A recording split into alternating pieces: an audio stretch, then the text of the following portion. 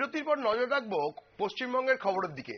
সন্ধি পুজোর পর দুর্গা প্রতিমার সামনে হাউ হাউ করে কেঁদে উঠলেন শ্রীরামপুরের তৃণমূল সাংসদ কল্যাণ বন্দ্যোপাধ্যায়। 26-এর নির্বাচনে মা দুর্গা যেন মমতা ব্যানার্জিকে জয়ী করেন, সেই জন্য আজ তিনি মা দুর্গার সামনে প্রার্থনা জানান।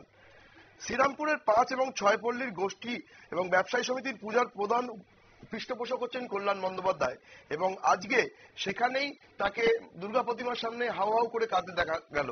আমরা দেখে নেব কল্যাণ বন্দ্যোপাধ্যায়ের সেই কান্নার ভিডিও এবং শুনে নেব কল্যাণ বন্দ্যোপাধ্যায়ের বক্তব্য।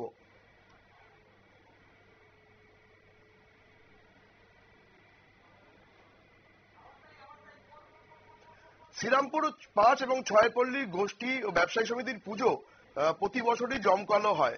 এবছর শ্রীরামপুর স্টেশন সংলগ্ন RMS মাঠে এই পুজোর সাবেকি থিম হচ্ছে সাবেকি প্রতিমা এবং কোণারকের সূর্য মন্দিরের আদলে, যা দেখতে দর্শনার্থীদের ঢল নেমেছে চোখে পড়ার মতোই। অষ্টমী এবং নবমীর সন্ধিক্ষণে এই পুজোই হচ্ছে মহাপুজো, আর এই পুজো শেষে হাউ হাউ করে কেঁদে উঠলেন কল্যাণ বন্দ্যোপাধ্যায়। তিনি বলেন যে মা সবাইকে ভালো রাখুক, শান্তি রাখুক, সব ধর্মের মানুষকে ভালো রাখুক, ভালো সংস্কৃতি যেন তৈরি হয়। যে সমস্ত অসুররা রাজনীতির বাতাবরণকে নষ্ট করছে, মা যেন তাদের দমন করে। দিদির প্রতি মায়ের যেন আরো আশীর্বাদ থাকে। আগামী 26-এর নির্বাচনে মা যেন আশীর্বাদ দেন, প্রতিটি অসুরকে পশ্চিমবাংলায় মারতে পারেন আমাদের দিদি মমতা বন্দ্যোপাধ্যায়। বিজেপির কোনো সংস্কৃতি নেই, ওরা তো অন্য কোনো দেবতাকে মানেই না, ওরা দুর্গা, কালী, জগন্নাথকে মানে না, ওরা সনাতনী না। ওরা তাহলে সনাতনী কারা?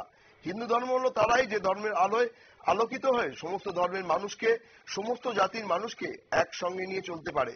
মায়ের কাছে ছেলের কোনো বিভাজন নেই, সব মানুষই এক, কিন্তু বিজেপি এটা বোঝে না। গুজরাটের থিওরি পশ্চিমবঙ্গে কোনোভাবেই চলবে না। নজর রাখবো পরবর্তী খবরের দিকে, তার আগে নিয়ে নেবো ছোট্ট একটা বিজ্ঞাপনের বিরতি।